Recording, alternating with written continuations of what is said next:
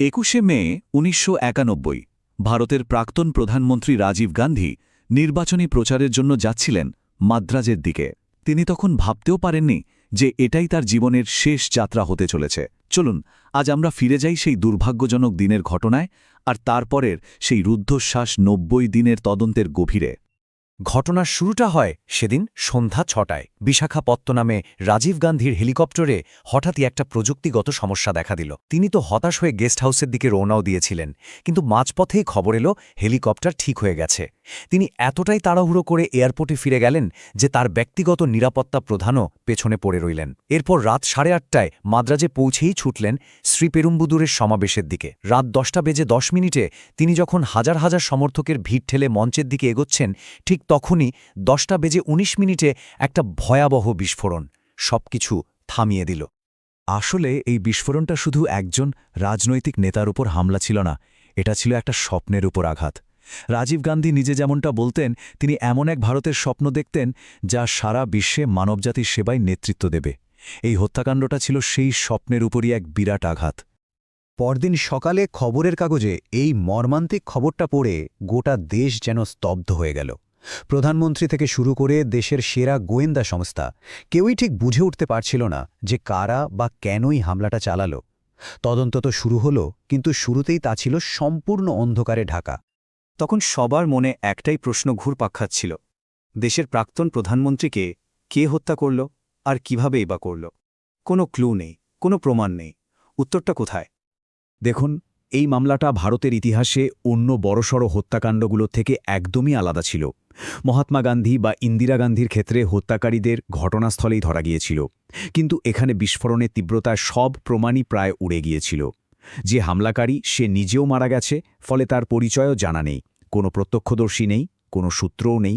এক কথায় এটি একটা সম্পূর্ণ ব্লাইন্ড কেস বা অন্ধ মামলায় পরিণত হয়েছিল। যখন মনে হচ্ছিল এই রহস্যের হয়তো কোনোদিনও সমাধান হবে না, ঠিক সেই সময়ে তদন্তে এমন একটা মোড় এলো, এমন একটা সূত্র হাতে এলো যা পুরো মামলার গতিপথটাই বদলে দিল। তদন্তকারীরা তখন সত্যি সত্যিই দিশেহারা। তাদের হাতে বলার মতো কিছুই ছিল না।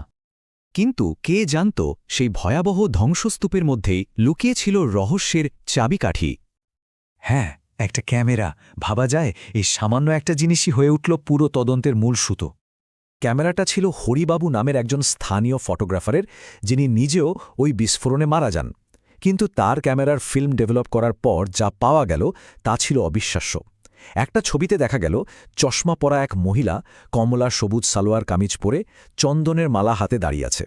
তার ঠিক পাশেই সাদা পোশাকের এক ব্যক্তি হাতে নোটপ্যাড নিয়ে সাংবাদিকের মতো ভঙ্গি করছে। আর আসল প্রমাণটা মিলল ফরেন্সিক রিপোর্টে।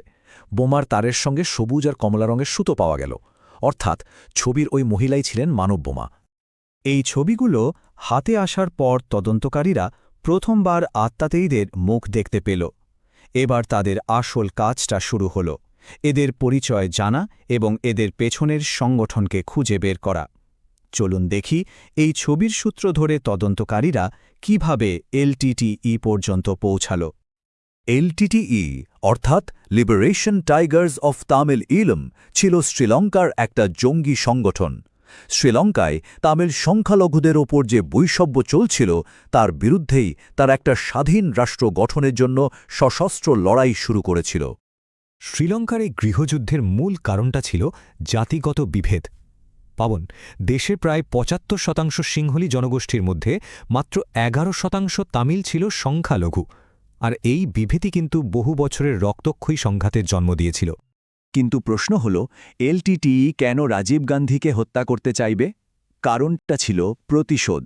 ১৯৮৭ সালে রাজীব গান্ধী ভারত শ্রীলঙ্কার শান্তি চুক্তি করে ভারতীয় শান্তিরক্ষী বাহিনী বা আইপিকেএফকে শ্রীলঙ্কায় পাঠান। কিন্তু এই বাহিনী পরে এলটিটিইর বিরুদ্ধে এক রক্তক্ষয়ী যুদ্ধে জড়িয়ে পড়ে। এলটিটিইর ভয় ছিল ১৯৯১ সালের নির্বাচনে জিতে রাজীব গান্ধী আবার প্রধানমন্ত্রী হলে আইপিকেএফ ফিরে আসবে, তাই তারা তাকে পথ থেকে সরিয়ে দেওয়ারই সিদ্ধান্ত নেয়। ষড়যন্ত্রটা পরিষ্কার হওয়ার পর স্পেশাল ইনভেস্টিগেশন টিম বা এসআইটির একমাত্র লক্ষ্য হয়ে দাঁড়ায় ছবির সেই সাদা পোশাকের লোকটি শিবরাসন, যাকে একচোখা জ্যাক নামেও ডাকা হতো। আর তখন থেকেই শুরু হয় দেশজোড়া এক রুদ্ধশ্বাস অভিযান। শিবরাসন ছিল সাংঘাতিক ধূর্ত। সে কখনো শিখ, কখনো মৌলবী বা পাদ্রির ছদ্মবেশ নিত। এক জায়গায় বেশি দিন থাকত না, ক্রমাগত নিজের আস্তানা বদলাত। এমনকি একবার তো পুলিশের চোখে ধুলো দিয়ে একটা তেল ট্যাঙ্কারের ভেতরের গোপন চেম্বারে লুকিয়ে 350 কিলোমিটার পথ পাড়ি দিয়ে মাদ্রাজ থেকে ব্যাঙ্গালোর পালিয়ে গিয়েছিল। এসআইটি তাকে ধরার জন্য এতটাই মরিয়া ছিল যে তার মাথার দাম ঘোষণা করা হয়েছিল 15 লক্ষ টাকা। ভাবুন তো, সেই সময়ে এটা কি বিশাল একটা অঙ্ক ছিল। তদন্তকারীদের জন্য সবচেয়ে বড় চ্যালেঞ্জটা ছিল এলটিটিই সদস্যদের জীবিত ধরা, কারণ এলটিটিইর প্রত্যেক সদস্যের গলায় থাকত সায়ানাইড ক্যাপসুল।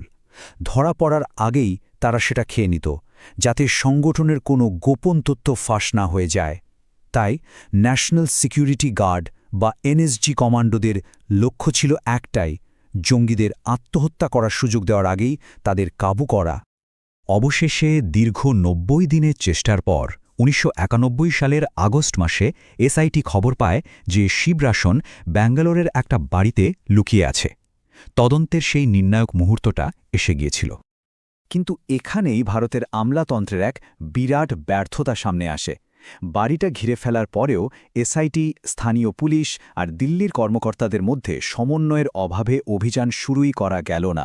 এমনকি সায়ানাইড অ্যান্টিডোটের মেয়াদ শেষ হয়ে গেছে, এই রকম অজুহাতে পুরো 36টা ঘণ্টা কমান্ডোদের অপেক্ষা করতে বাধ্য করা হয়।